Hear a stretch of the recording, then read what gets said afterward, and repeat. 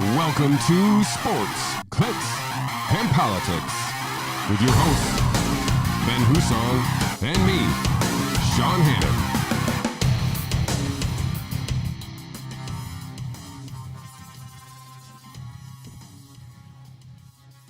Welcome to episode 64 of Sports, Clicks, and Politics. I am Shawn Hannon. I am joined, as always, with the charming and wonderful Ben Hussong. Thanks. Thank you for joining us. Another week here in the wonderful world of craziness, Crazyville, Crazy Town. All of the above? Yes. Are they suburbs of a bigger metropolis that we're unaware of yet? Let's hope not. Yeah, probably. But I can't imagine anywhere quite as dumb as this right now. Yeah, this is pretty crazy. Before we get going into the show topics here, can you all take a little bit of time and share this video? Hit that thumbs up, give a like to the video. That helps us with the, what are they, Ben? Algorithms. And you can subscribe to the show by hitting the notification bell and being alerted to when we get new content. So we got a little sports to cover finally, a little bit. We got a little NFL. Yeah, buddy. PGA's wrapping up here. Some exciting golf over the weekend. We got the rise of some meme stocks again. Love it. Yeah, somehow I got involved. I don't even know how. It's fun. Every now and then you get roped in. And we're gonna rehash a story that we covered last week about OnlyFans, but with a different twist.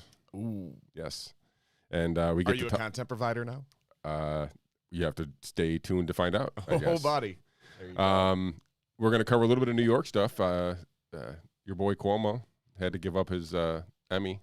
Couldn't have happened to a nicer guy. What And a shame. I don't know if you saw, we have 12,000 new COVID deaths overnight. You know, I did notice that. Everybody else noticed too, so we'll Everybody talk about freaked out when Florida had 900 because of an adjustment, and they called it a failure of leadership. We had 12,000. Everybody's like, well, we already knew about those ones. that. And then we're going to touch on Ivermectin, one of our recurring topics here. I heard there's a new crackdown, so maybe we'll be part of this one. Not yet so far. Good. But there has been this weird assault on ivermectin in the media just in the last week or so. So I figure I want to touch base on that again too. And I found a couple articles that I think will be interesting. And then, another thing that we've been bashing home here about natural immunity. Wait, what? Yeah, That's a thing? it's a thing. What? It looks like some other people found out that it's a thing, and we're going to be able to cover that as well. So Thank God. Science. Science. I guess let's start with golf. So I was eliminated from the playoffs. Sorry. So we finished ninth we had to finish the top 8. So we finished ninth. We had a chance to win. We were ninth and we lost to the 10th place team. So we flip-flopped and they got in and they kept us out. So Sorry to hear that. we're just terrible. That happens. On to more important golf. Patrick Cantlay over the weekend has taken position for the FedEx Cup Tour Championship, which will be played next week in Georgia at Eastlake. And I don't know. Do you remember when they changed the FedEx Cup? Remember they used to do it by points, and they had all this crazy mathematics that have to go on right in the middle of the game, and they would kind of right in the each in the middle of the round. Right, you have to figure out nobody could figure it out. But I liked when they did that. I know it was kind of confusing at first, but I liked the fact that they did adjust the scoring to traditional scoring when they just applied the points total across the board and then basically said, okay, Patrick Cantlay, you got a 2-stroke lead on the guy who's in next. But it gives us, going down the stretch, as a typical golf viewer and a golf fan, and even more the casual golf fan specifically, you'll know who's going to win and who's not going to win. You're not have to do any math involved, right? It's all the traditional stroke play. So I don't know. Bryson had a 60 over the weekend. It's almost a 59. Yeah, He was what was it? Through 23 holes, he was 17 under at one point. That's ridiculous. He is ridiculous. Yeah. And nobody likes the guy. That's the funniest part. That's because he's doing it different. Yeah, it's true. That's why, because he's I'm gonna say reinvented, but he clearly is a man on his own path. And because, let's be fair, he comes across as kind of a douche. Sure, and for all the way up to the hat, right? So and he's had his I kind of like the hat. Yeah, I do too. Kind of public run-ins with Brooks Koepka and his fans, part right? Of golf, by the way. I mean, he gets heckled basically. It's the funniest thing how much they dislike each other and how public they are. They just don't care. And the fans have gotten involved too, which is I don't know, kind of a little shitty. I mean, when there's you're yelling stuff in the dude's backswing. The fact that he's still shooting 60s and he's getting, he's it's like basically having some dude next to you shooting free throws and he's just yelling at you, right? So, but anyway, I find the there's so many good players in the PGA right now. We mentioned a couple just with Brooks and Bryson and Cantlay, but Jon Rahm's probably the best player in the world. We didn't even talk about him. So I'm looking forward to this. They've cut their field down to 30 players. Again, they'll be in East Lake again this year. I'm looking forward to it. Like I said, I think Cantlay's got a 2-stroke lead. Here, I can look it up here. I have it right here. Cantlay's it's going to start at 10 under. Tony Finau is going to start at 8 under. Bryson DeChambeau is going to start at 7 under. Jon Rahm's going to start at 6 under. Cam Smith's going to start at 5 under, and then they kind of tier them off by fives, filling out the 4, 3, 2, and 1 and evens by 5 there. So, but there's only 30 players playing this, so short and sweet, but really, really, really good golf. So I'm looking forward to it. Like I said, it's kind of the culmination, and $15 million to the winner, so that's kind of nice, right? That is a good day. That's a good payday. So, and let's touch a little bit. We got NFL week here. Week Love 1 it. starts Thursday. Oh, buddy. The Super Bowl champion Tampa Bay Buccaneers taking on the Dallas Cowboys, America's team. Yeah. Bigger Sure. game, your Buffalo Bills and my Pittsburgh Steelers. Oh, buddy. Here we go. Doesn't really matter. It's week 1. Who do Should you be a like? good game, though, actually. It should be. Yeah. It'll be fun to watch. It's I literally watched 0 seconds of preseason football, so, I don't know anything that's going on. I just had my fantasy football draft, and I don't know what I did, but I drafted a team, so I have a team. But I'm always looking forward to NFL, and like I said, I probably watch more of that than maybe golf, but that's at least the sport that I'm still paying attention to anyway. So, you excited for the NFL? Yeah, always. I mean, it's fun. Yeah. Something to go around and your Bills are actually legit, They powerhouse, look good, man. right? So, you got something to look forward to. I'm curious also to see how many games Cole Beasley is allowed to play versus not allowed to play because he So, has do you some know if is he exposure. going to be ready for Sunday? I think he's going to be okay for Sunday. Does that go with all the unvaccinated players that were suspended for being in contact with a vaccinated staffer? Well, wearing a mask, yes. I think they're all going to be okay, which is the funniest. This is exactly why the rules don't make any sense, by the way. Is that example of the guy tested positive with the vaccine, the unvaccinated player wearing a mask near that guy for some amount of time is then having to leave for 5 days, even though he is tested every day and has been negative every day.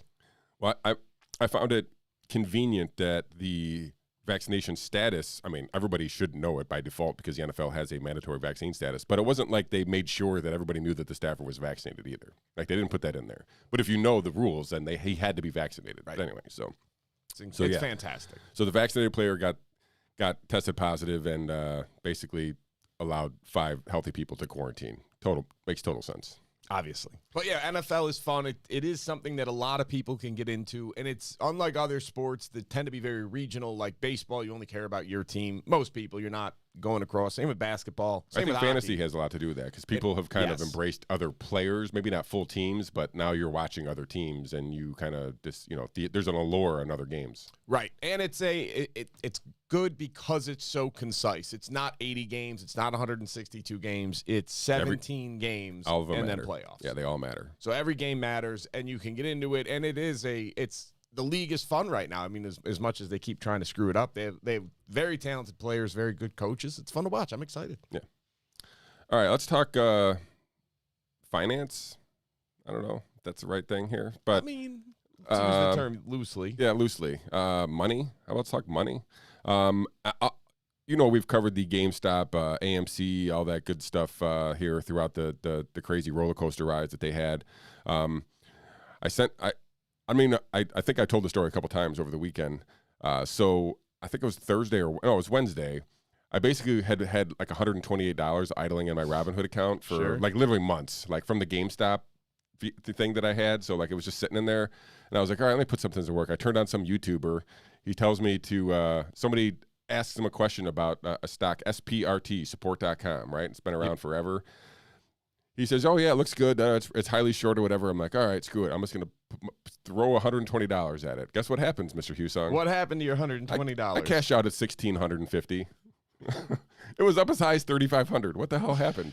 I didn't even know what was going on. I was literally just at the golden touch just happened to fall into this shit. So you had the day. It's all that matters. It got me looking into some of that stuff again. There it is. And I see that some of these meme stocks are kind of running. Did you see that article? I think I have it up here. Let me pull this up.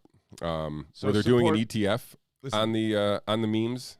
Yes, I did. Support.com hit Friday, excuse me, $57.34 a share. Yeah, I got it at 13. I actually bought this stock a while ago at $2.86 a share.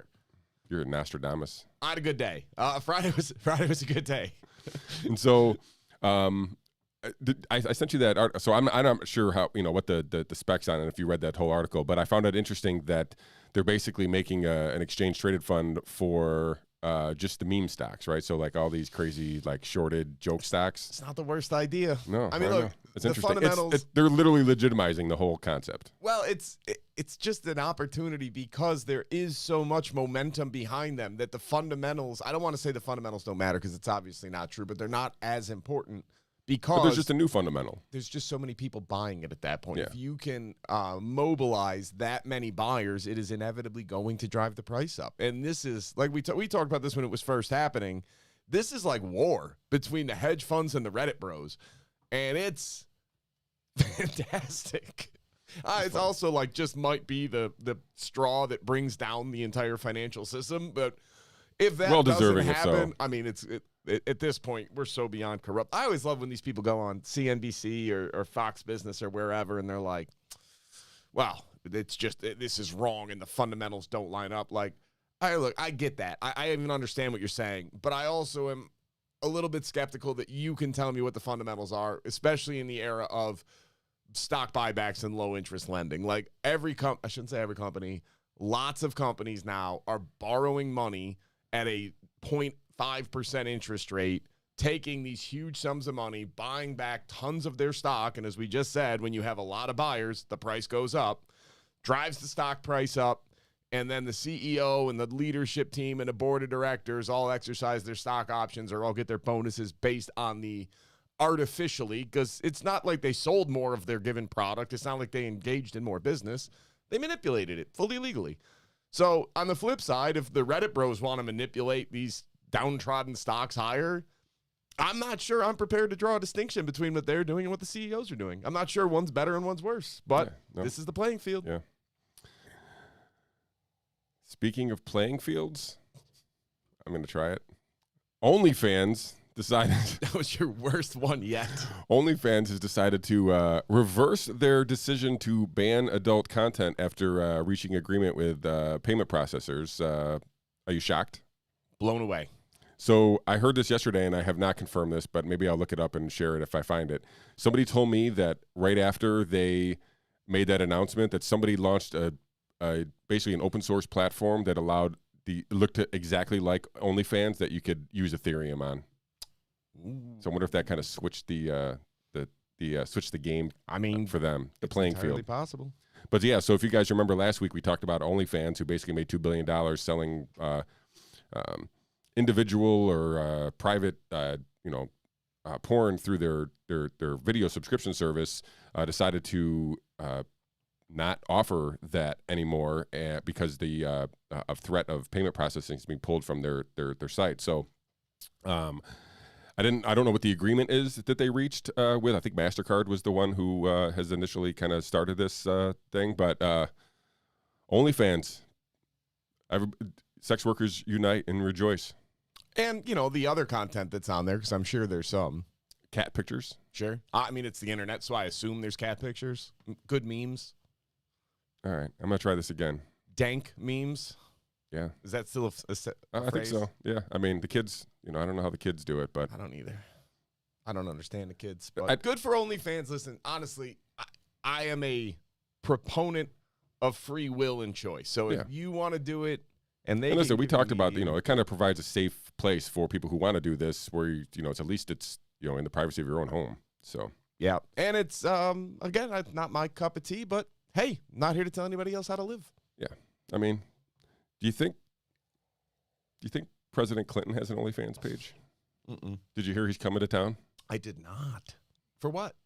I'm a fundraiser for Terry McAuliffe. Wow, coming in for a week. Really? Epstein didn't kill himself. And Clinton didn't ride on his plane. Not 26 times. Yeah, so maybe how is this man still a public figure? Maybe, How is this man? Maybe not we should been, go try to get an interview with Clinton. How has this man not been? You think he'll come in here for an in-studio? You think he'll sign my Perversion of Justice book? That would be the best. I'd literally be able to sell that for $10,000. Oh my God!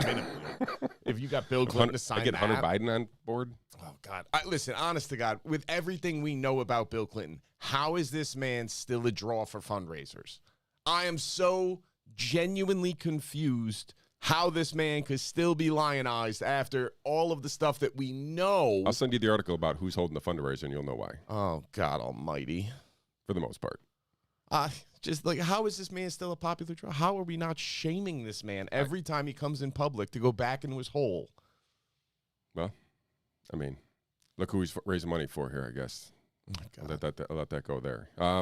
Let's talk about your other creepy leader, Andrew Cuomo. Boy. Yeah, my boy. Loses his Emmy. You know, I'm sure he's probably still got the actual Emmy. I mean, sure. But, you know, he's probably polishing that shit every single day. But Bet you $10, it is still prominently displayed in whatever house he ends up living in.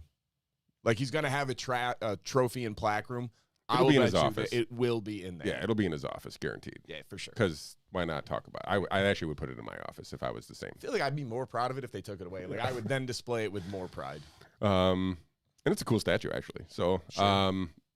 But, you know, this is basically the undoing since I think they cited the AG report in their reasons, the Emmy people there, the awards, whatever. And do you also see that the SUNY chancellor, James Malotros there, seemingly helped with the Cuomo's book? How's that dude still got a job? I don't know. How does him and Zucker still both have a job? I don't know.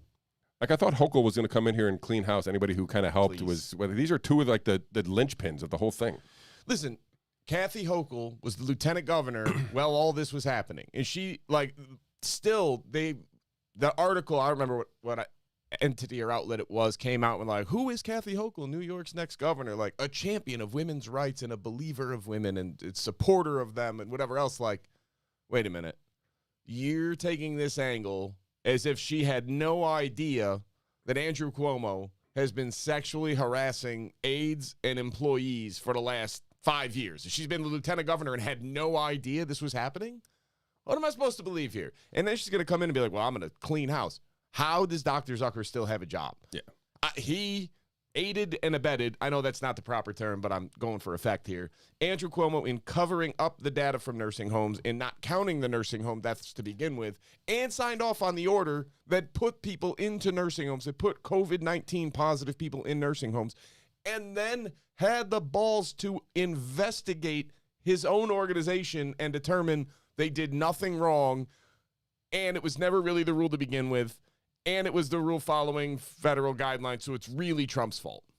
Like I said, remember, they lost tons of staff in the Department of Health. I mean, all because of that they were going against normal public policy, right? They were basically doing things nefariously to hide and cover up stuff. And the fact that they altered that report about the deaths, that should be alone. That's on Zucker, right? He should be out. That's him. Of course. I mean, I know it came from the governor, but so what? Right. Like, so what? Listen, if you he should have stepped down. If he was actually a man of principle, he would have stepped down when told to do that, and or made a big stink about it. In fairness, I don't think anybody has ever accused Dr. Zucker of being a man of principle. Fair point. All right, I stand corrected. But listen, for Andrew Cuomo, getting your Emmy taken away, good. You should be in prison at a minimum. It is illegal to do the things that he did.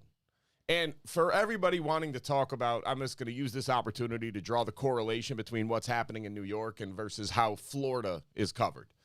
So it's funny how many correlations come across here. Now, look, I don't really have an opinion on Ron DeSantis one way or another, other than to say he's been right about a lot, and he has been reading the science. Now, the new treatment that he's pushing, which is all brand new, I disagree. I still think we should be using ivermectin, hydroxychloroquine, and other known antiviral medications that have a track record and a proven history of being effective and are generic and low cost. I don't understand why we need to keep finding new and expensive treatments, why anybody is pushing these, but okay, fine. So all that out of the way. Everybody's bashing Florida right now. Like, their cases are so high, and it's because they did nothing. And they had 900 new cases today. And then you read the article, and it's like, well, it's because the CDC updated the way they wanted them count, and that leads to aberrations like this one day 900 total swing increase. Like, it doesn't, that you got to read all the way down to the bottom of the article to discover that. Like, that's what we're dealing with, for real? I think I told you this before, maybe you said it on the show, that I've been reading my COVID articles from the back, from the last paragraph to the front. That's because smart, actually. You get they almost always put the information in there because they want to be like, oh, look, we put it in there. What do you mean? You can't say we didn't do it. But it's literally so far down the article that most people have checked out before they get to it. Yeah, most people just read the headline and move on, and they know that, and that's what they're playing to. That's why the headlines are almost always misleading. Not outright lies, but almost always misleading because they know you're not going to read the article unless you're, a giant dork like me or you who actually takes the time to read this stuff. But that aside. Say dorks, but we're also like trying to find out information too, right? So like I would like to think that people were just a little bit more curious. I kind of said this the other day to people, and I don't understand where that went. Like they just want to be able to be told what to say and do and whatnot, and without questioning any of it. They just it seems bizarre. So backwards. Yeah, it's bizarre. It doesn't make any sense, and people want to live in their little cocoon of safety, but it's not. And they would rather live in ignorance than have to face the realities of what this implies. So Andrew Cuomo was miscounting. Kathy Hochul comes out, new day of disclosure and forthrightness. So here's the 12,000. So New York's one-day total increased by 12,000. Any similar articles to what was written in Florida about the huge one-day increase under the watchful eye of this governor? No. And there shouldn't have been, because it's a calculating error. It was a backlogged thing of now we're counting these, so put them in. So I'm not saying it should have been. But my God, how do you do it for one and not the other? That's what's wrong with this system. Now, also, she came in, first thing is said, mask mandates across all school districts. Now, never mind the fact that that is so devoid of any grounding in science that like, Europe's not doing it, Sweden's not doing it, Nordic countries aren't doing it, Florida's not doing it, but God help us, Kathy Hochul's going to save us all with these cloth masks, even though they have now been definitively shown to be maybe 1 inch above useless, like complete uselessness. So, Ron DeSantis has no mask mandates. They're not allowed to put on a mask mandate. And everybody goes nuts. Oh, my God, he's going to kill people. It's crazy. A judge has overturned it. That judge is going to get overturned, by the way, because here's a simple fact, folks. If a governor has the legal authority to mandate that all schools wear masks, period, end of sentence, then a governor also has the authority to mandate that no school can mandate masks. You can't have it both ways. You either have the authority as the governor or you do not have the authority as governor. I don't care which way you want to go, but you got to pick a lane and stay in it. Because if you're going to celebrate that Kathy Hochul is going to mandate masks, and then you're going to say Governor DeSantis does not have the legal authority to mandate masks, that is cognitive dissonance and nothing else. If you have this authority, you have the authority for it to go both ways. If you're saying he doesn't have the authority to do that, then neither does Governor Hochul. Sorry, I don't understand how you can even draw the distinction. You either have it or you don't. Am I crazy here? Yeah, and I would have to really get into, state constitutional laws, whether or not that would actually be a thing. But I don't. I'm not going to do that. So yeah, me neither. How about just from a fundamental fairness standpoint? But you're right, and on principle, that's how it. If to argue one or the other, should have the authority, then you have to have the authority to go either way. You can't argue one or the other. They either have to be yes or a no. Right. Those two things are the same side of different sides of the same coin. So I don't know. Yeah, and just to wrap up the 12,000 deaths. So basically, the adjustment was from 43,400 to 55,400. So now we're number one again. Thank God. You almost have to think that's the reason, right? Just so that when every single time that data came out and that chart came out, that they weren't number one. New York wasn't number one. Yeah, right? For sure. It was just basically a plausible enough calculation difference to make sure that they weren't at the top of that list every single week, every time it was posted. Every single time any media covered it, you would see that our state, New York, at the top, and Cuomo just couldn't deal with it. No, and now they brought it out and did it on the day she brought in, not because she's going to be committed to openness and transparency. It's because now it's on his watch, not hers, because he was technically still governor at that point. So Those are his deaths, not hers. Right, and these 12,000 deaths were basically the ones that weren't being calculated in nursing homes or outside of. No, it was because they were likely COVID, but not counted because of where they died. So it wasn't just nursing homes. It was anybody that died outside of the healthcare system that likely had COVID, but it was too early and they weren't testing them, even though they had all the symptoms. But Cuomo didn't want to count those for obvious reasons because it made him look bad. And then the nursing home one was just a joke. Of everywhere else in the world is counting nursing home deaths as if you got it in a nursing home and then died anywhere, you were a nursing home death. And New York State came out and were like, well, if you leave the nursing home and go to a hospital and die, even if you're only there for an hour, that's a hospital death, not a nursing home death. All right, cool. Like, if that's what you want to do, but then you can't use those numbers to compare yourself to other people's nursing home data because you know it's two different standards. But it's exactly what we did. It's exactly what Dr. Zucker did in his report. So forgive me when I say Dr. Zucker is not a man of principle, but it seems fairly obvious that he's not. Now back to Florida. Sure. If that's okay. Go ahead. So right now everybody's talking about, oh my God, the ICUs are 85% full and there's COVID increases from last year of this and the deaths are up and this and this and this and this. Yep. So let's talk about seasonality, folks. Florida's flu season, believe it or not, is not October to January. Shawn, when is Florida's flu season? I'm going to guess right now. I'm going to say starts end of June, usually peaks right around the end of July, and is pretty much done by August. Here we are. So Florida's in its flu season, and yes, their ICUs are at a higher capacity. Hey, guys, little quick pop quiz. If you run an ICU, even at a nonprofit or a for-profit hospital, what do you want your ICU capacity to be at? How many of those beds do you want used at any given time? Please tell us. Over 90. Because otherwise you're not making money and you're not able to fund what happens. Because guess what else is in the ICU? The most expensive treatments.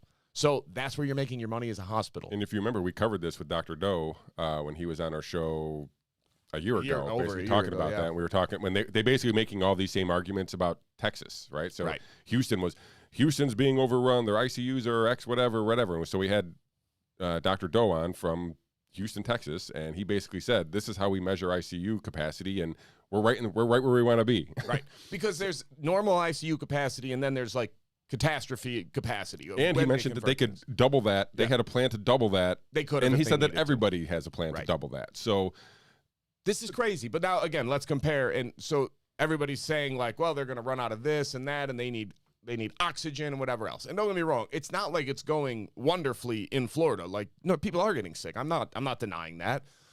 They keep lying and saying it's kids. It's not kids. There is no statistically significant increase in children in ICUs from COVID-19. There's kids in hospitals, there's kids in ICUs, but the vast majority of it is RSV, which is a normal respiratory virus that comes around every year during flu season. Like, this is not. And we probably got a little backlog of those cases built up over the last few months, a year. And they keep testing everybody who's, even if they don't have COVID symptoms, they're giving them PCR tests for COVID, which is still just absolute insanity. We got another 2 months of that. Yeah, this is nuts. But there's estimates that roughly 40% of COVID hospitalizations are not COVID. It's just people that tested positive while they were in the hospital for something else. So, all right, fine. This is still crazy. But what nobody's talking about is right now New York's numbers of COVID are really bad. Like, compared to this time last year. So we're not in a flu season. We're not in any type of a big spike, but we're up. Cases are up, I want to say, about 400%. Hospitalizations are up, I think, 20 to 25%, and the daily death rate on a 7-day moving average is almost doubled. It's up like 80, 85%. Now it's like 8 to now it's 20. It used to be 12. So it's not the gross number of people that's that much higher, but this trend is bad because we are going to come into flu season, and COVID is not going to be stopped because, as it turns out, when you try to stop COVID with a non-sterilizing vaccine, it doesn't work. As anybody could have told you last year, but we lost our minds.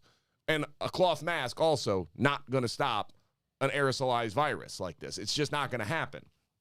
Now you add in the fact that we're all vaccinated, and that means fewer hospitalizations. We've gone into great detail on why that claim is, let's just say, suspect, is not as black and white as they made it out to be, just based on who they tested the vaccine on and how they conducted their trials. But what we do know is whatever efficacy they can claim at 94% initially, after 6 months is below 40%, and appears at least to be roughly cutting in half every month or so. So, I don't know if boosters for life. If most of the people got vaccinated in, March, April, May, and you go out 7 months, that puts us in October, November, December, when the efficacy is going to fall off a cliff. That's going to coincide completely perfectly with our flu season here in New York, when we're going to have bad weather, people are going to be forced inside, and there's going to be more spread. So that's going to be phenomenal. And now add in the fact, yes, booster shots are coming, and now the initial results show it's 400% increase in antibody development compared to the bottom, where they got all the way after 6 months, they increased back up, not even back to full efficacy of what they once were. Guys, there's no long-term data on booster shots. Nothing. We have no idea. We didn't run a trial. We didn't run a test on them. We didn't do anything. Our preliminary data is good. Yeah, just like the vaccine was, except when you have a non-sterilizing vaccine and you use that to stop a virus, you get variants of the vaccine or of the virus trying to elude the vaccine. So this still boggles my mind of, all right, well, we went from March to December of 2020 without a single variant developing. And then in December, we developed a vaccine. And then in January, we started getting variants, and everybody, well, it's the unvaccinated people. Really? That's an interesting take. Why would a virus need to mutate to infect somebody who doesn't have any protection? Oh, because they're constantly mutating all the time. Yeah, sure.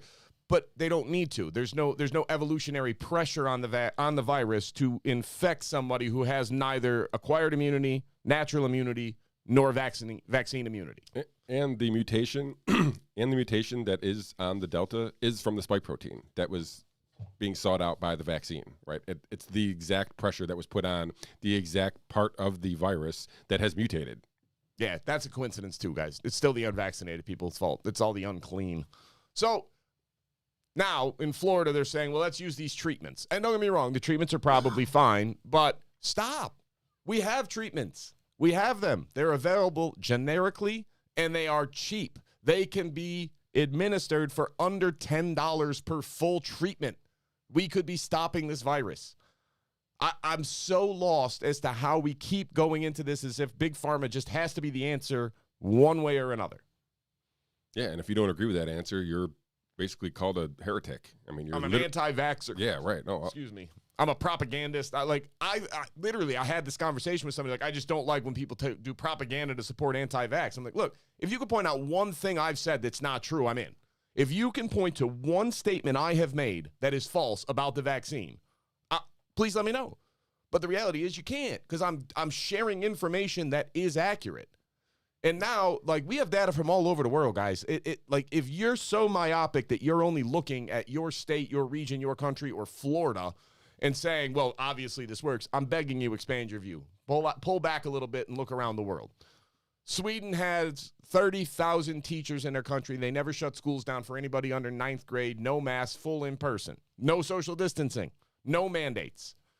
30,000 teachers in the entire country. 79 ended up in a hospital with COVID, and 1 teacher died in the entire country. Now, every death is a tragedy. But 1 out of 30,000? Like, guys, that's a normal year. People die. Like, you can't stop every death. And instead, you get states, or you get countries like Australia right now, which is returned to being a penal colony, where if you go outside, you're fined $1,000.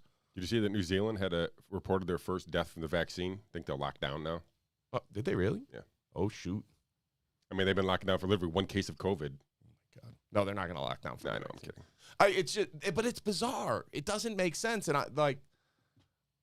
we'll use this to kind of go into the next part. But Anthony Fauci went on Jake Tapper's show. I think it was yesterday. That's when I saw the clip, at least, and was like, "Yeah, we should definitely mandate this vaccine for school children once it is FDA approved, because it's going to pass all the safety trials." Like, oh, it is? We just know.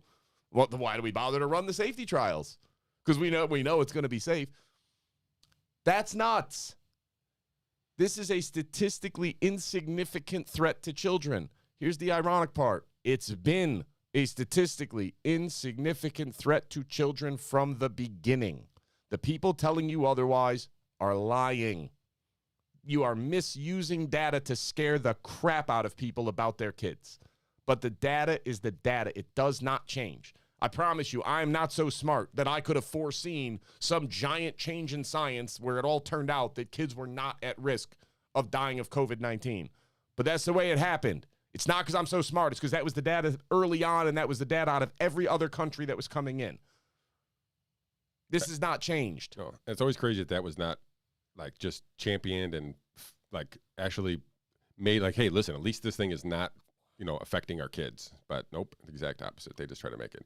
Speaking of, there are some places in the world going the opposite way. You mentioned Florida a little bit, doing things a little different, and Sweden as well. And I'm not sure that this is necessarily doing things different, but you do see that Denmark is removing all of their COVID restrictions, I think on September 10th. September 10th. Basically, the health minister says COVID is no longer a critical threat to society. Now they cite their high vaccination rate, which is like third highest in the world, in the European Union anyway. So, but either way, it'll be interesting because they do say that if there's a rise in cases, that we'll re-implement these things. But they're going to be re-implementing. They're basically saying that their vaccine is the reason why they're removing their restrictions anyway. So Denmark, I got bad news for you. Let's talk about one of our favorite subjects here at the Sports Clicks and Politics. And if you haven't already done so, please share and like this video. Yeah, let's get banned. Yeah, let's get banned. This is probably the one to get us banned. We talk a lot about stupid stuff here. We didn't even talk about Hunter Biden at all, really, either. But this Ivermectin, in the last week or so, we've been talking about this for, I don't know what, like a month, 6 weeks maybe now? Actually, I think this is a while. We've been talking about Ivermectin? Yeah. A long time. At least, I guess I'd say at least 6 weeks anyway. Oh, yeah, for sure at least. But in the last week, there's clearly been an uptick of media coverage about it. We mentioned I think it was the Department of Health from the state of Mississippi who put out something about you're not a horse. You're not a cow. Right. And I don't know if you saw Dr. Pierre Corey put out, he basically part of the Frontline COVID-19 Critical Care Coalition. Basically, he's using that quote, and they're basically, this is a drug that's been used 4 billion times on humans. So the fact that they're medical professionals and public health officials calling ivermectin horse medicine. Yeah, livestock dewormer. That's the other one. It's really just like belittling a Nobel Prize winning drug to livestock dewormer. All right, listen, come on. Let's put this in proper context again. Ivermectin was developed about 35 years ago, I think it was, 40 years ago, and it was implemented in Africa. It eradicated river blindness. It eradicated elephantitis. All right? 2 diseases that were completely crippling to people in that region of the world. And they have eradicated it. It worked so well, the people who developed ivermectin won the Nobel Prize. All right? That's how amazing this medication was. And now, even if you don't believe ivermectin works, even if you're not convinced by the studies, or you want to cite the one study that was very terribly done and had to be retracted, cool, that only leaves 13 peer-reviewed trials that demonstrate effectiveness. But all right, fine, the one, let's focus on that. Even if you don't believe it. Isn't it weird that legitimate, serious medical personnel are referring to a medication with one of the safest risk profiles ever developed for a medication, eradicated 2 significant diseases in a continent, and has 40 years and over 4 billion uses across the world as horse medicine? Isn't that weird? Yes, it is used for horses too. As it turns out, it is used for deworming cattle. It has multiple purposes. I know, shocking. But it's really, really good. To call it that, think about what you're implying to people. You're implying that this medication was developed and worked on for that purpose, and that's not true. It was meant for humans. It was developed as a way to do this, and it worked so well and had so few side effects that it was amazing. It was like a miracle drug. Imagine you lived in Africa for a second. I know it's hard for some of you to do, myself included, but imagine river blindness was an actual concern. Like you live near a river, there was germs in the river that ended up getting in, and the elderly people had such a high rate of it, they had to be walked around by the younger members of the tribes of the communities because they couldn't see. After so long living near the river, they got river blindness. And then this drug comes along and cures all of them. And now somebody's going out from the Missouri or Mississippi State Department of Health and calling it horse medicine. Guys, you got to open up your eyes. Like, this is nuts. This is unjustifiable that you would come out and call this medication an animal medication just because it also happens to be used on animals.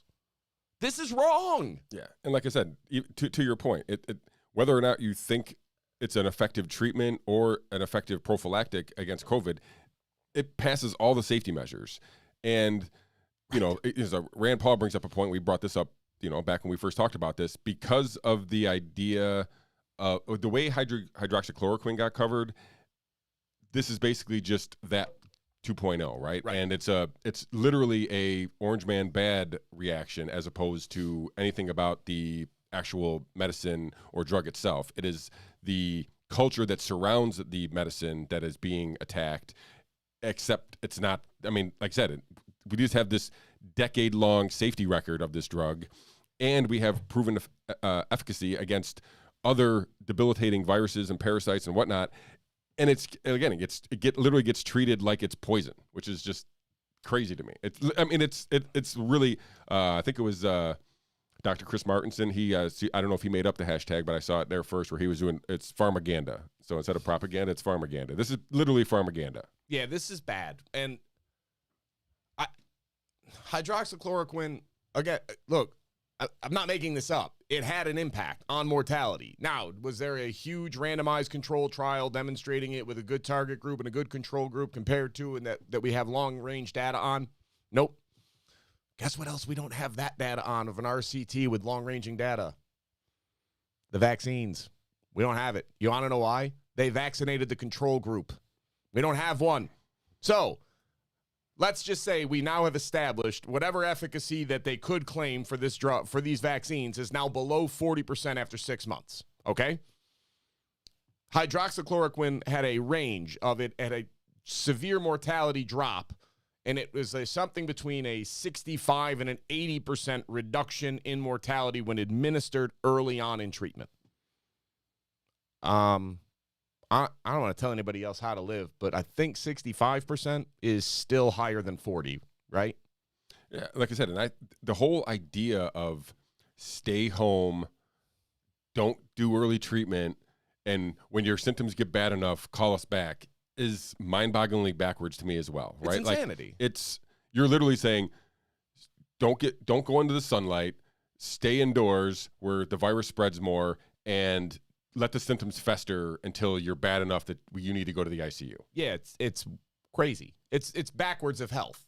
You're not treating. You're just trying to like prevent. I don't even know what the goal is anymore.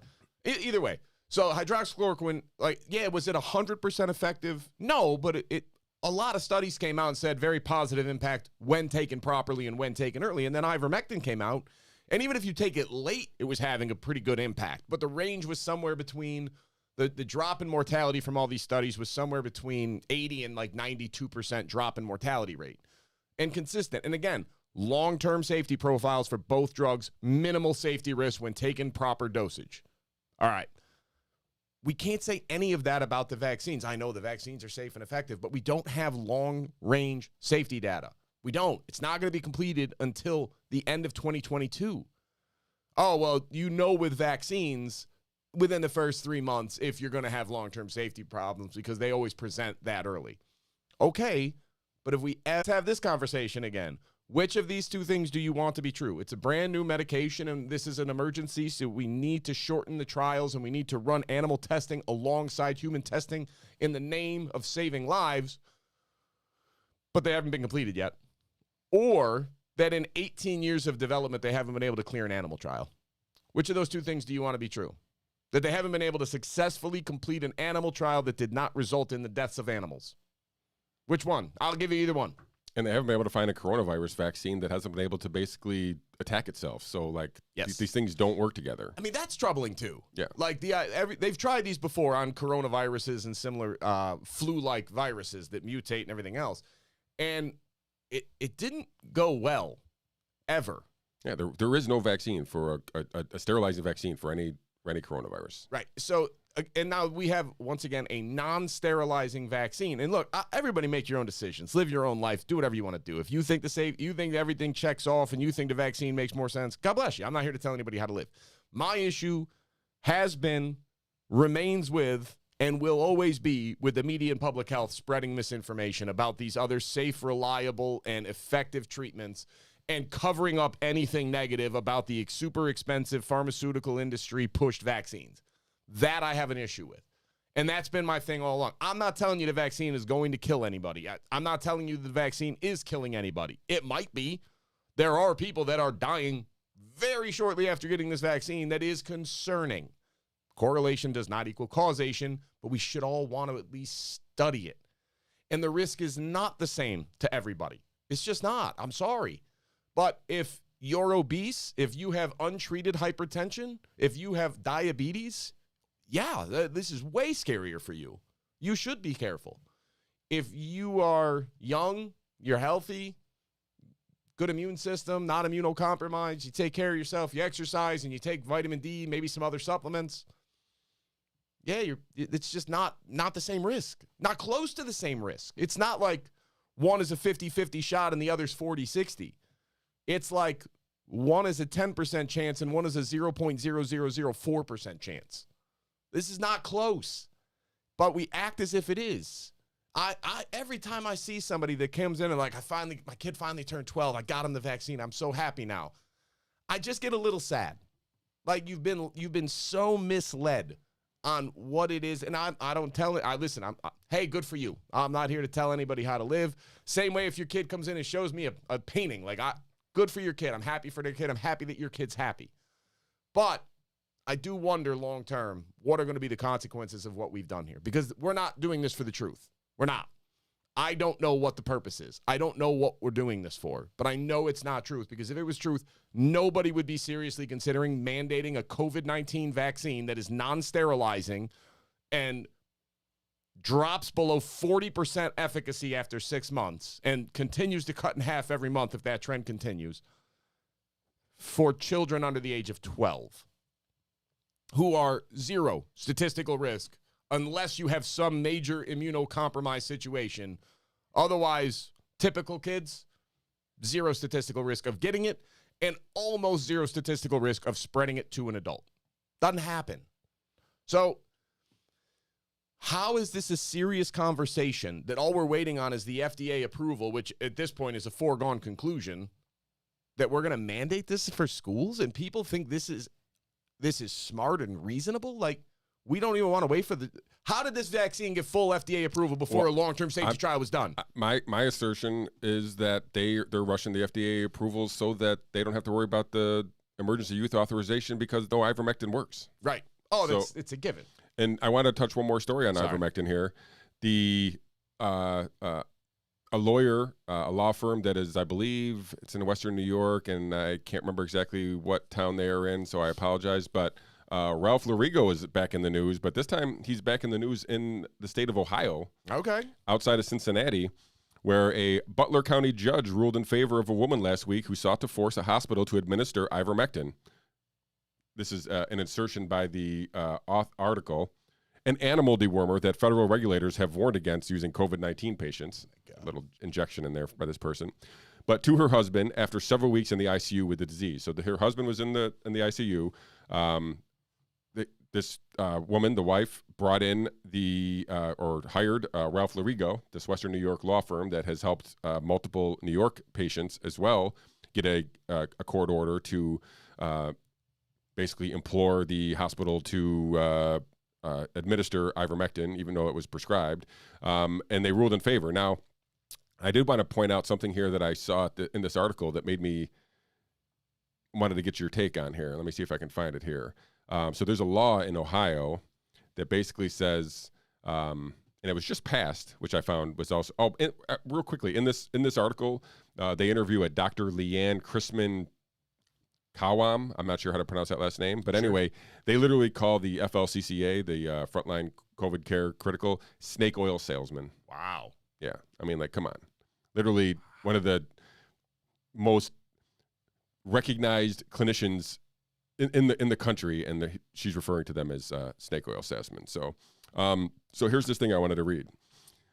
So I'm just going to read this little paragraph here from the article. It's unclear why the hospitals didn't mount any defense under a new law passed in the state budget this summer that grants healthcare providers the freedom to decline to perform, that's quote unquote, freedom to decline to perform any service which violates their conscience as informed by moral, ethical, or religious beliefs. So they passed this law apparently that allows healthcare providers the freedom to decline a act of treatment if they feel like it violates some kind of their own moral guidelines, something. So, but nobody did it, right? So it's, they said that, the article is basically saying, why didn't anybody just enact this new law that they could have said, no, we don't want to administer this animal dewormer.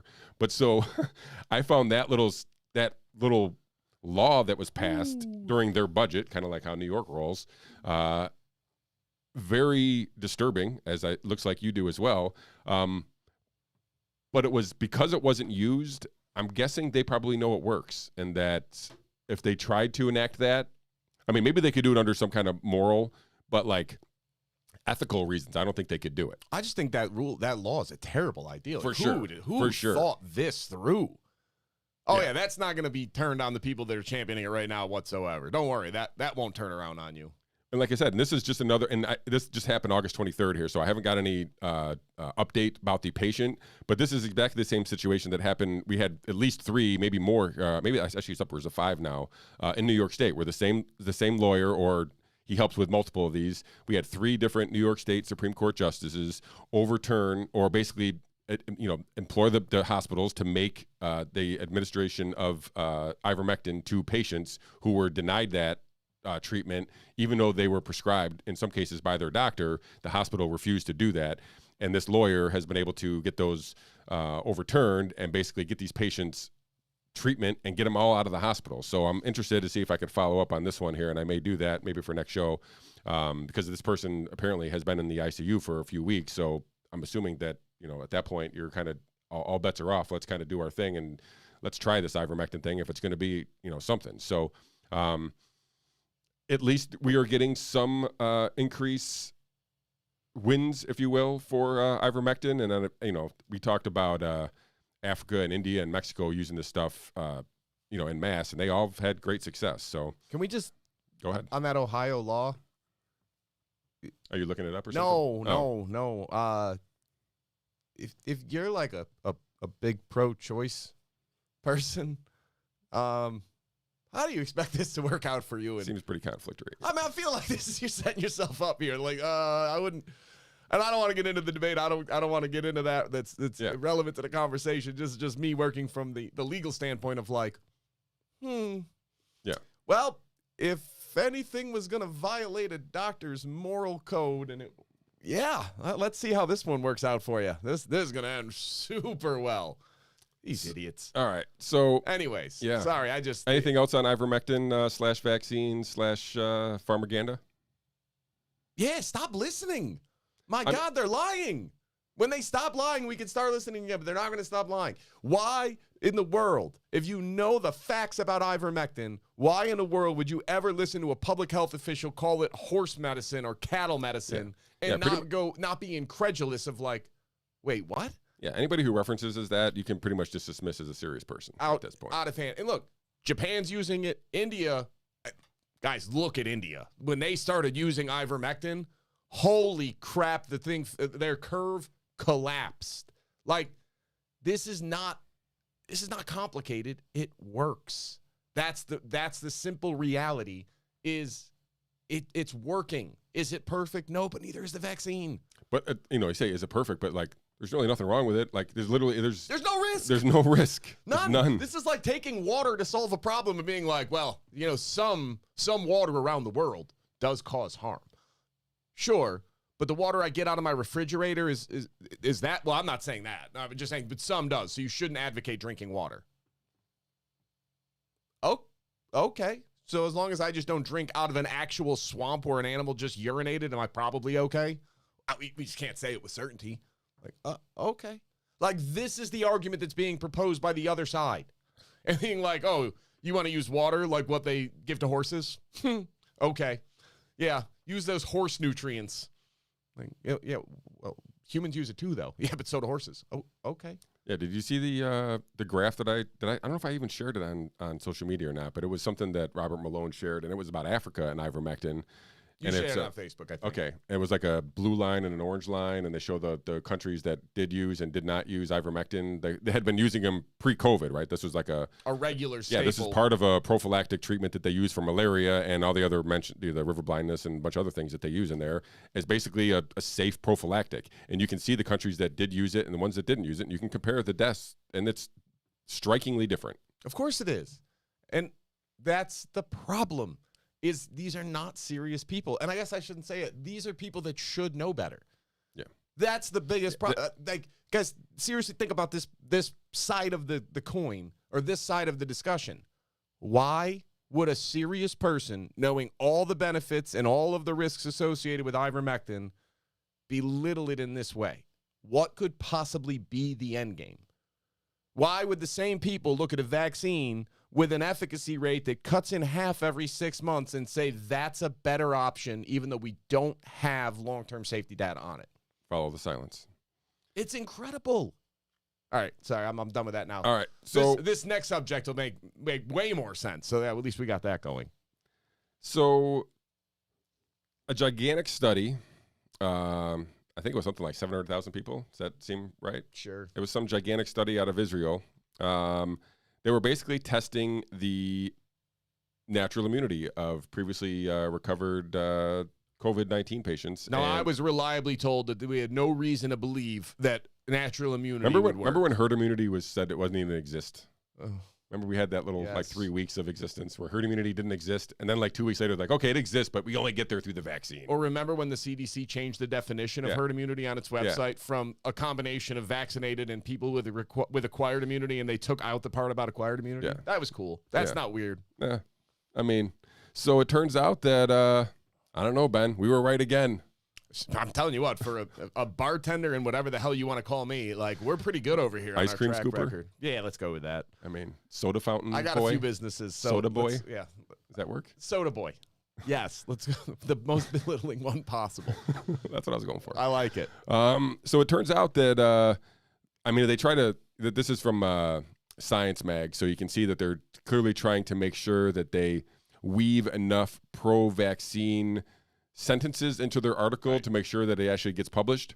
And they talk about how, well, those who had were recovered and had one dose of the shot showed even a little bit better, immunity, whatever.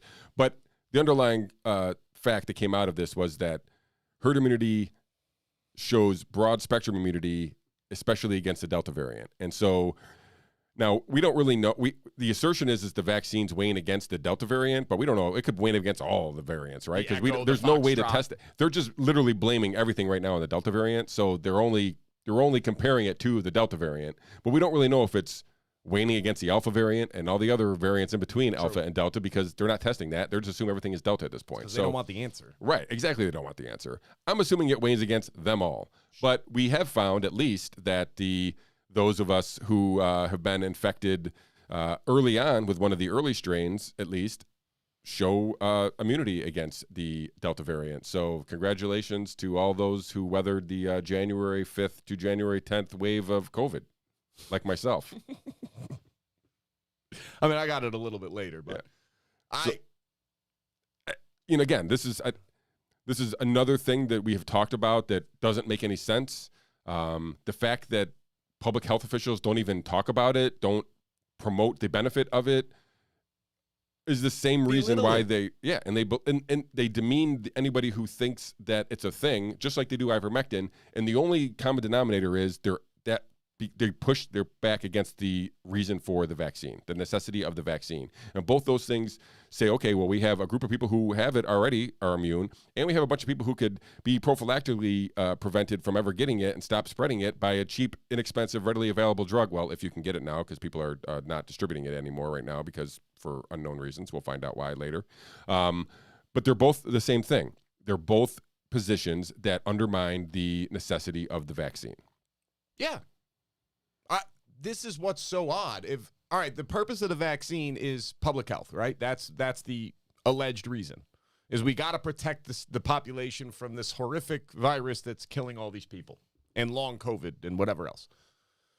If natural immunity does at least as good of a job, why are we not allowed to talk about it?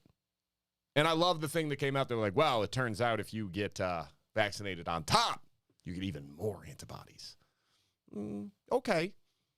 But if I already have natural immunity, which results in me having a roughly 1 in 2 million chance of getting this thing again, and the vaccine, and let's go with the most generous measures imaginable, takes me from 1 in 2 million to 1 in 2.1 million, and you want me to take it for that little extra benefit, and by the way, it's not even that, but we'll get to that in a minute. You better be able to show me that this drug or this vaccine or this gene therapy or whatever you want to call this thing is about as safe as water. Because if you're asking me to mitigate a 1 in 2 million risk to a 1 in 2.1 million risk, that's not effective. That's not a significant increase in protection. So you better be able to persuade me somehow that this vaccine is not correlated to any potential side effects, that it's as safe as water. And right now you can't do it. And so now let's talk about why would we believe that a vaccine whose efficacy has been shown, has been proven conclusively wanes over time. And roughly it looks to cut in half, and as it goes on more, the efficacy drops faster. So that's the pattern right now. I don't know if it's going to hold, but that's what's happening. And after 6 months, it's below 40%. And we'll find out soon. I keep using that number because we have Israel to go off of. They were the first widespread vaccinated country. So they're 6 months out. They're coming up on 7. After 7, we'll have a better number. I don't see any reason to think that it's going to stop waning. I don't think there's any reason to believe it's going to plateau.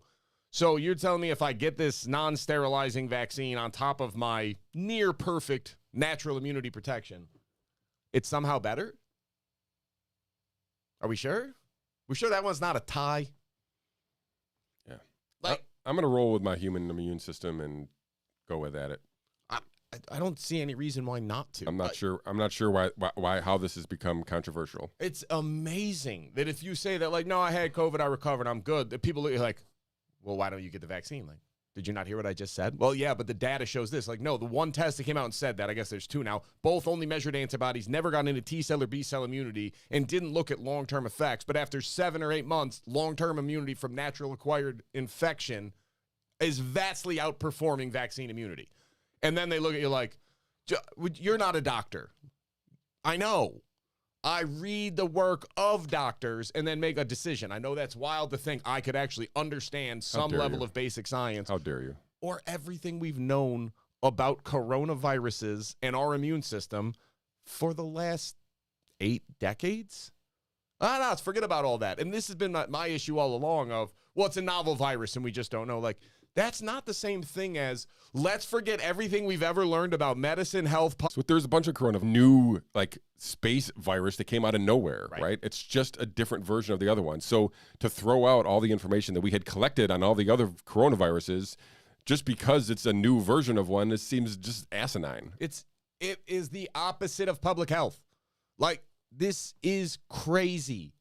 And people are just so blindly going along with it because they don't want to stand up. They don't want to be different, and they don't want to be attacked. And I get it. Listen, it's not fun. It weighs on you. I'll tell you right now, the more you read on this, the less sense it makes. Literally try to sit down every single night, read something that is very clear, very obvious, and then listening to very smart people, much more qualified than you, lie to the American people over and over and over. And how long can you do that before you start to ask why? What's the end game? because this doesn't make sense and it's unjustifiable. This is not an honest mistake. This is not you couldn't make these mistakes. There's no possible way, and they've made dozens of those. Yeah. And they always make the mistake in the same direction. Every time. Every effing time. So you're looking at this, and I promise you it weighs on you, because eventually you start to really play that game of, well, what is it? And look, we don't get into the real conspiracy stuff on the show. Like, there are some wild ones. There are some wild ones. There's some stuff out there that'll make you super uncomfortable. And you're just like, God, I hope that's not true. That's all you can come up with, because you can't dismiss it. But you're like, God, I hope that's not true. And it weighs, and it's hard. And I'm not going to tell you that it's not, because it is, because it doesn't make sense. Yeah. And I just want it to make sense. And like I said, we've been asking that exact question for at least since March. Like, why are we doing everything so differently for this thing? Why? And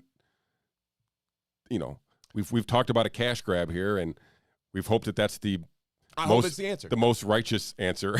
That is the best case scenario at this point, that it's just a cash grab by Big Pharma and everybody's going to be perfectly fine. That's best case scenario. Now, just so we're all on the same page here, maybe you'll remember the name of the study. They conducted this psychological study. The Milgram experiment? No, the Milgram experiment is just the adherence to authority. Like, 70% of people will kill you with an electric shock because a man in a lab coat told them to. That's what that study has borne out, and said it's my responsibility, not yours, and people would administer a fatal dose of electricity to a stranger. So that's who we are as humans, by the way. But no, the one where they bring in 10 people, and they hold up 3 lines in front of everybody, and they say, which line is the longest? And so they look at the 3 lines and everybody, and when they're just genuinely asking for, like, the control group, and they have 10 people go, 99 people out of 100 get it correct. Because the lines it's not like 1 inch versus 12, but it's obvious which one is the longest line. 99% of people get it right on the first try. Then the experiment kicks in. And so then you, as the person who's being experimented on, unbeknownst to you, is placed 7th in that line, and everybody else is a part of the test. And every single person in front of you gives the same wrong answer. Everyone. The Ash line study? The Ash line study. ASCH? There you go. And I'm glad you have that up, because I can't remember what the number is. It's either 70 or 90%. But if you're placed 7th in that line, it was either 70 or 90% of people gave the wrong answer. Just gave the wrong answer to agree with the 6 people that went ahead of them. Gave the wrong answer. Because they didn't want to be wrong. Because they didn't want to stand out, and they didn't want to be confrontational.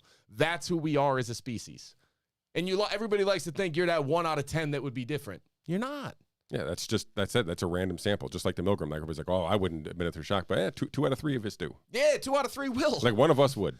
For sure. The math. Well, the not math now, because we know, but the math says one of us would. Right? Absolutely. Yeah. Those are the odds. And now, looking at that, you wonder, like, well, why would all these people go along with it? And the reality of the Ash line study is education, qualification, intelligence, job, none of it mattered. Results were exactly the same. That it's either 70 or 90% of people put in that position will give the wrong answer to conform with strangers. This isn't even their peer group. This isn't even people that, like, they like and respect. These are strangers. 7, let's go low case scenario. 7 out of 10 give an obviously incorrect answer just to not stand out. Now imagine it's your peer group, it's your profession, it's your licensing boards, it's your entire existence of all the people that matter to you. You gonna stand up? No, too much to lose. Yep. Oh, and when you do, you get blocked off every social media account, you get belittled in the press, you get called snake oil salesman by other members of your profession, and demeaned in the public eye, all for the trouble of standing up and saying, wait, what you're saying is factually incorrect. Ivermectin, to call it a horse and cattle dewormer only, is insane. It's the equivalent of calling water horse feed. Yes, horses do drink it, but so do we.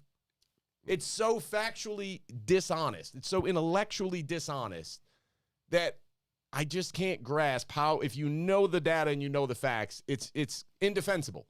That is my biggest problem with it, is absolutely indefensible position to take. Yeah, like I said, and this is just the latest indefensible position, right? There's been so many that, I don't know how many. We're not going to make a list, but there's I'm going to make literally a list at some point. I'm making a list, but we were talking about natural immunity last year, very early on. because people that had SARS-CoV-1 back in 2004, studies were coming out saying they were immune to SARS-CoV-2. Yeah. And they're coming out saying, like, well, there's no reason to think natural immunity might work. Yeah. And like I said, they had 18 years worth of immunity against SARS-CoV-1. They still had immunity from the original virus almost 2 decades later. And then 20% to 50% of the population had pre-existing immunity for some reason. And we never went back and tugged on that thread to be like, well, I wonder why that is. I wonder who's got it and what their commonalities are. Why would they have it? Why are they immune? Like, we didn't want to know? That's insane. And so, look, we're not the smartest people in the world. We just happen to have a podcast where we talk about this stuff. Yeah. And we talk about the anomalies, right? And we said how all the anomalies in the COVID virus lean to make it the more deadly, dangerous virus as possible. Every single anomaly went to, hey, this is worse than we thought. And then during the healing part where we're trying to recover, everything went against or went in favor of the vaccine. So like there was, let's ramp up the danger, the propaganda on the dangerousness of the virus, and then let's prop up and negate anything that would go against the vaccine. Like I said, every single bit of weirdness went opposite of, or went all in the same direction. So let's, just off the top of my head, the list of things that we've been saying consistently since last year that just, happened, that the science came around to what we've been saying for a year. My God, we must be geniuses. Aerosolized transmission, not a big impact on children. Masks are highly ineffective. Asymptomatic spread is exceedingly rare if it exists at all, but pre-symptomatic spread also exceedingly rare. That turned out to be true. Treatments with ivermectin and hydroxychloroquine, we started with hydroxychloroquine until ivermectin came on, have a positive impact. PCR. Oh, my God. PCR tests are an absolute useless measure of in the midst of a pandemic on asymptomatic people. The vaccine is not going to hold up to be 95% effective. I said that as soon as the data came out, and I read the actual trials of who they tested it on and went, there's no way. It's not going to hold up. It can't possibly hold up because you tested it on the wrong people. So if it held up, it would be an anomaly that you got so lucky. Yeah. We didn't talk about the overclassification of the deaths, right? So like it had to be the primary. Yep. Anytime anybody died with or from COVID, they all got marked as COVID regardless. So like lockdowns weren't going to work. Yeah, all of the things that need to make COVID more scary in the public were done, and all the things that were done to basically ease the minds of people into the vaccines has been done. It's just a weird marriage of two things, and I don't think it's all that weird. You want to know what I got wrong? Population density. I thought population density was going to be a huge factor, and it's not at all. I got that one wrong. I was completely wrong on that one. But I'm not a scientist. I'm not a doctor. Neither are you. How is our track record this accurate? How are we getting this right so much more than the people who know this, study this, and live this every single day? I really want an answer to that question, because it's inexcusable that we have this many more things that we've been right about over time than them. Yeah. It doesn't make sense. It's not because we're smarter. It's not because we know it better. The only answer that makes sense is because they're knowingly lying. They are not following the data. They're not. Listen, in reality, we have better sources and are willing to at least entertain other sources, right? The legacy media and these public health officials have just circled the wagon to be like, this is the message. Any other message is blasphemy. Is misinformation, and you should be deplatformed and kicked off. Yeah, right. And Sweden, we were right about that. Like, this way makes way more sense. What they're doing is going to prove in the long run to be far better. You want to know how many deaths per day Sweden is at right now? About 0. Give or take 0. Yeah, they might get 1 on occasion. But I don't say this to be like, oh, look at how smart we are, because we're not that smart. Let's just be frank. We're not. We're just looking at the same data, and I'm telling you, it's not because we're smarter. It's because we're actually relaying what the data says.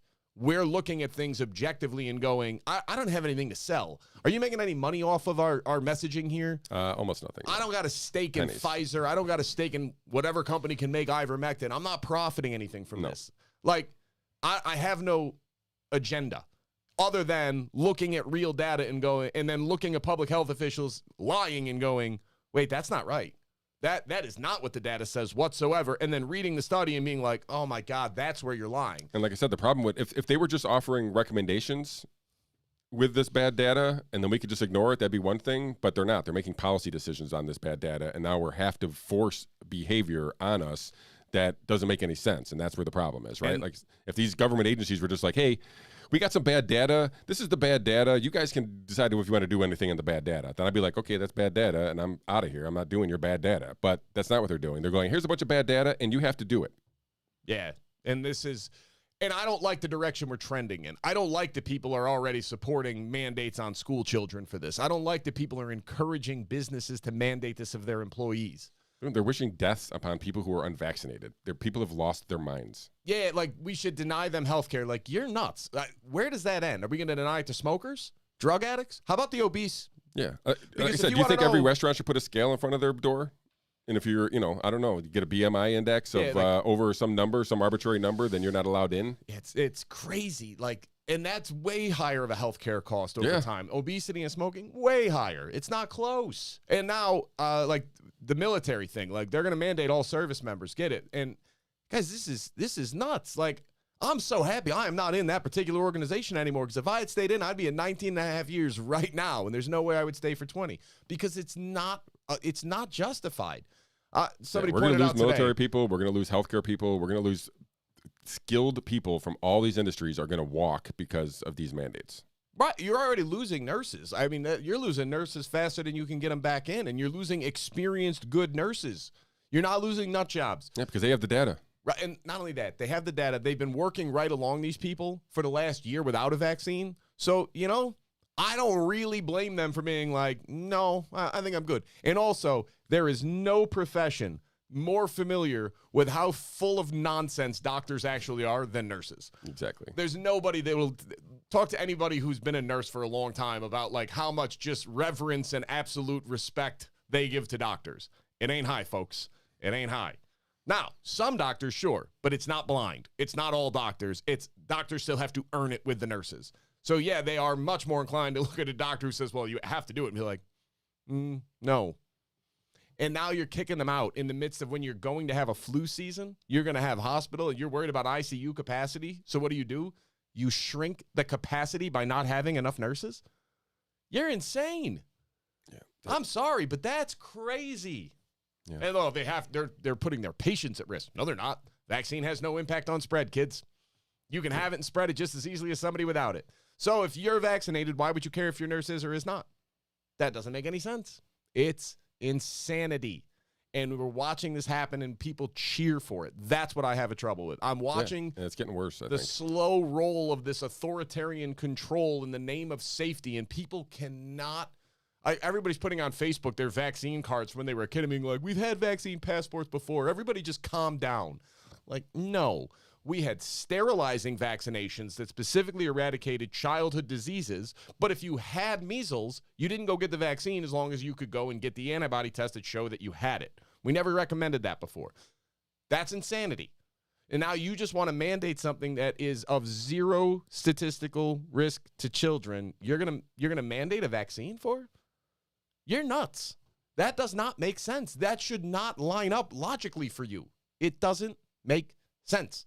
So here we are. And now they're talking about taking away veteran benefits. All right, the VA is going to strip people of their retirement, of their disability if they served, if they don't get vaccinated. I talked to a friend of mine that I was in Iraq with. He said they told him at the VA, he's 100% service-connected disabled. He said, I got it because they told me that it's coming, that if I don't get vaccinated, they're probably going to take away my benefits, that was going to come down the pipe. And I just sat there and stared at him. I felt so he's like, I didn't want it. I didn't want any part of it. He's like, but I can't not have the money. Yeah, I need it to survive. Yeah, and there's even less reasons for people to get that. Like I said, just for people who have to travel for their job or whatever it is. I'm sure there's reasons why people get it, even if they didn't want it. Thankfully that I'm not in that position, I guess. So same. And I just don't understand how we can be. It's the lack of curiosity. It's not only that. It's you're not curious at all, fine. And then I am. So I'm digging into all this and everything else. It's not even like you're looking at it and saying, well, let's see what you found and compare it and let's see the sources that I come up with, because they're all epidemiologists, doctors, researchers, scientists. Again, it's not bartenders that are coming up with these data. It's respected publications in other countries and real world data. It's that you don't even want to entertain the notion that Dr. Fauci is wrong. You know, I agree 100%, and I still feel like this is just a new chapter of the Trump derangement syndrome. They just handed the baton off to COVID in some way and just kept that tactic in place, where they're continuing to divide. It's the same divide that happened. Yeah. You know, it's exactly the same line that was divisive. I'm hoping more people wake up to this, because this is clearly impacting even more lives than whoever the president is, to be honest with you. So I'd like to think that there's going to be an awakening at some point here. Maybe the people who have been, yanked back and forth around in their jobs and school and all that stuff finally just have had it and stop listening to the people who have been wrong for 18 months. Yep. All right. Anything else, Mr. Hussong? It's far easier to fool someone than to convince them they have been fooled. That is a very factual statement. So on that note, I want to thank everybody for tuning in again. We will be back again next Monday, 12 p.m. Eastern, for the live show. I'm sure we'll have a bunch of crazy takes on COVID, and we'll have a week 1 NFL recap, and maybe we'll have a FedEx champion if there's no rain, weather, whatever, just to make sure it ends on Sunday. But go Bills. Go Steelers. You bite your tongue. We have to make a bet or something. Obviously. No, I don't even know how to do that. We'll figure it out. All right. We'll see you next week, folks. Thank you very much for tuning in, and be sure to share this with all of your friends and family by hitting that share button. Appreciate it.